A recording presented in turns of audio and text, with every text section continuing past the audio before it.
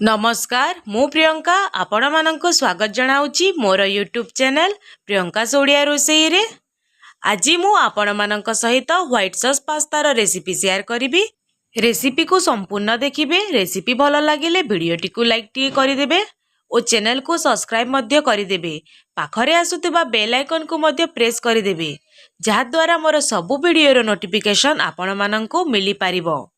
तेबे चलंतु आजिर वीडियो आरंभ करिबा। गैस रे मु फ्राए पैन टे बसाई नहीं से मु गोटे बड़ ग्लास पानी दे दूची। एथिरे हाफ चामच लुण दे दबा। एबे पानी को आमे गरम करि नबा।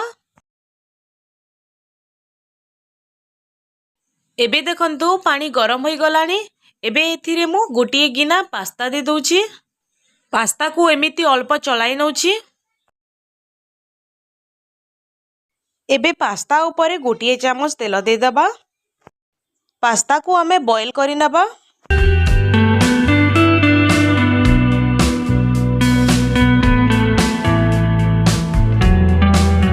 एबे देखंतु पास्ता सिझी गलानी। मु आपण मानंकु एमिति चकुरे काटिकी मते देखाउची।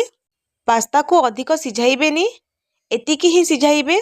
देखंतु एबे पास्ता को आमे पानी रो अलगा करिकी गोटे प्लेट को काढी नबा।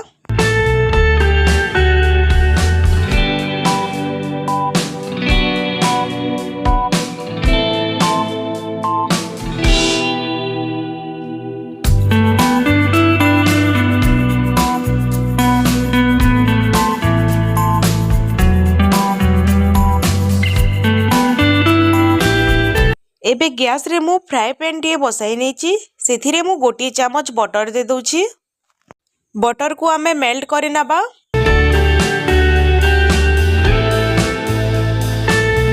एबे देखंतु बटर मेल्ट होई गलानी। एथिरे आमे गोटे मीडियम साइज रो प्याज को छोट साइज रे काटिकी दे दबा। प्याज को अल्प भाजी नबा। प्याज को अधिक लाल करिकी भाजिबेनी, केवल तार कंचा स्मेल जिबा पर्यंत भाजिबे। एबे देखंतु प्याज भाजी होई गलानी। एबे एथिरे 2 चामच मैदा दे दबा। एबे मैदा को आमे भाजीबा। मैदार कलर चेंज हेबा पर्यंत मैदा को आमे भाजीबा। एथिरे मु हाफ चामच बटर दे दूची। एथिरे बटर रो क्वांटिटी टिकिए अधिका रखिबे। एबे बटर सहित मैदा को भल भाबरे भाजी नबा। एबे देखंतु मैदार कलर चेंज होई आसिलानी। मैदा को एतिकी ही भाजिबे, अधिक भाजिबेनी। एबे एथिरे आमे क्षीर देबा। एका संगरे अधिक क्षीर देबानी, एमिति अल्प अल्प करिकी क्षीर देबा और मैदा को एमिति घांटी नउथुबा। मैदा और क्षीर को आमे भल भाबरे मिसाई नबा जेमिति एथिरे लम्स रहिबनी।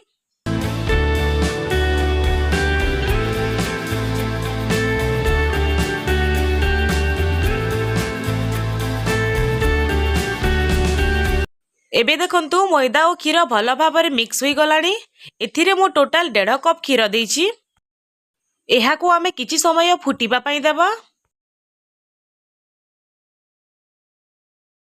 एबे देखंतु एहा फुटिकी अल्प गाढ़ा होई गलानी। एबे ए सबु को एमिति अल्प चलाई नबा।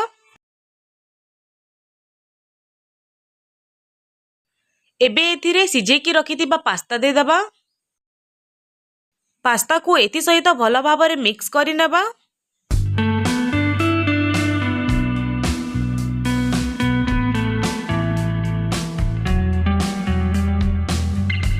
एथिरे स्वाद अनुसार लुण, गोटे चामच पाखापाखि ऑरिगेनो और हाफ चामच चिली फ्लेक्स दबा। ए सबु को भल भाबरे मिसाई नबा।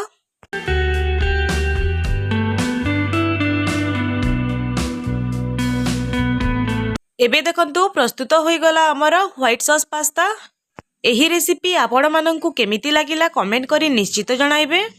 तेबे आजि पई एतिकी, पुणी देखाबा गोटे नुआ रेसिपी वीडियो रे। से पर्यंत रहूची नमस्कार।